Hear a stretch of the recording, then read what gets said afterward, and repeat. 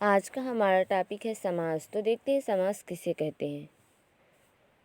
समास का तात्पर्य होता है संक्षिप्तीकरण। इसका शाब्दिक अर्थ होता है छोटा रूप, अर्थात जब दो या दो से अधिक शब्दों से मिलकर जो नया और छोटा शब्द बनता है उस शब्द को समास कहते हैं। दूसरे शब्दों में कहा जाए तो जहाँ पर कम से कम शब्दों में अधिक से अधिक अर्थ प्रकट किया जाए वहाँ समास होता है। संस्कृत, जर्मन और बहुत सी भारतीय भाषाओं में समास का बहुत प्रयोग किया जाता है। समास रचना में दो पद होते हैं। पहले पद को पूर्व पद प्रधान कहा जाता है और दूसरे पद को उत्तर पद प्रधान कहा जाता है। इन दोनों से जो नया शब्द बनता है वो समस्त पद कहलाता है।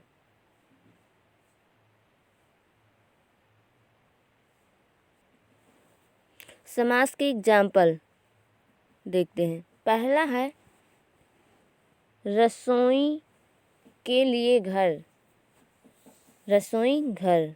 हाथ के लिए कड़ी, हथकड़ी। नील और कमल, नीलकमल। राजा का पुत्र, राजपुत्र।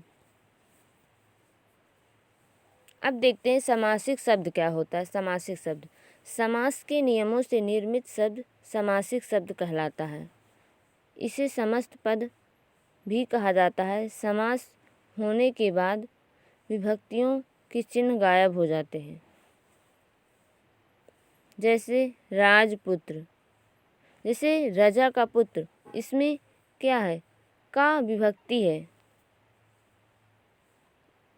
इससे पता चलता है। कर्ता कारक भी है का।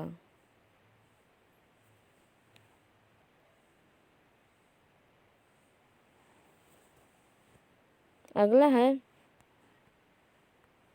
राजा का पुत्र। तो इसमें राजा कर्ता कार्य कर रहा है, इसमें कर्ता कारक है।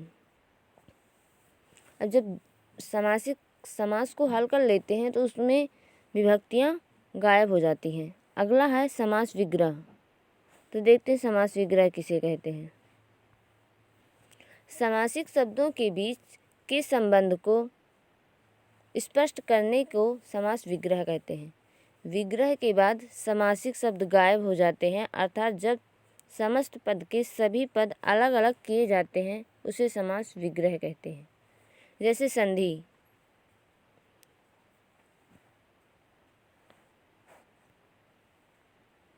एग्जाम्पल है जैसे माता पिता, और तो इसका समास विग्रह होता है माता और पिता। समास और संधि में अंतर देखते हैं।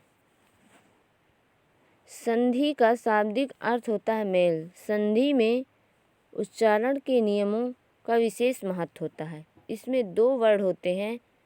इसमें कहीं पर एक तो कहीं पर दोनों वर्णों में परिवर्तन हो जाता है और कहीं पर तीसरा वर्ण भी आ जाता है। संधि किए हुए शब्दों को तोड़ने की क्रिया को विच्छेद कहलाती, जिनमें संधि में जिन शब्दों का योग होता है उनका मूल अर्थ नहीं बदलता। जैसे पुस्तक प्लस आलय, पुस्तकालय।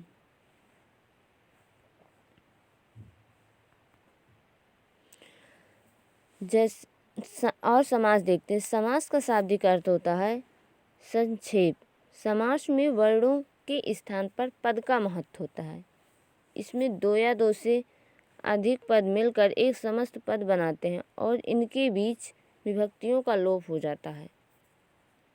समस्त पदों को तोड़ने की प्रक्रिया को विग्रह कहा जाता है। समास में बने हुए शब्द के मेल अर्थ को परिवर्तित किया जा सकता है और परिवर्तित नहीं भी किया जा सकता है। जैसे विषधर, विष को धारण करने वाला अर्थात शिव। उपमान क्या होता है? जिससे किसकी उपमा दी जाती है उसे उपमान कहते हैं। उपमेय क्या होता है? जिसमें उपमा दी जाती है उसे उपमेय कहते हैं। और जिससे किसी की उपमा दी जाती है तो उसे उपमान कहते हैं। आज का टॉपिक यहीं समाप्त करते हैं।